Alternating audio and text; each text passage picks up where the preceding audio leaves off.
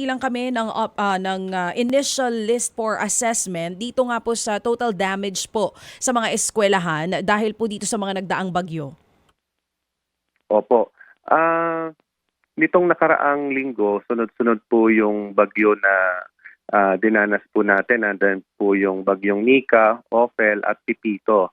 Ito ay tumama sa 10 regions at yung aming mga schools division offices lumalabas na 110 out of 218 division offices ang hinagip po nito.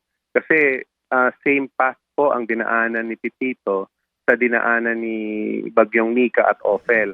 Sa ngayon po, meron kaming partial assessment na yung damages sa infrastructure natin sa mga schools ay umabot na po ng humigit na 1 bilyon dahil totally nasira po yung 323 classrooms at yung 507 classrooms naman ay kinakailangan ng major repairs.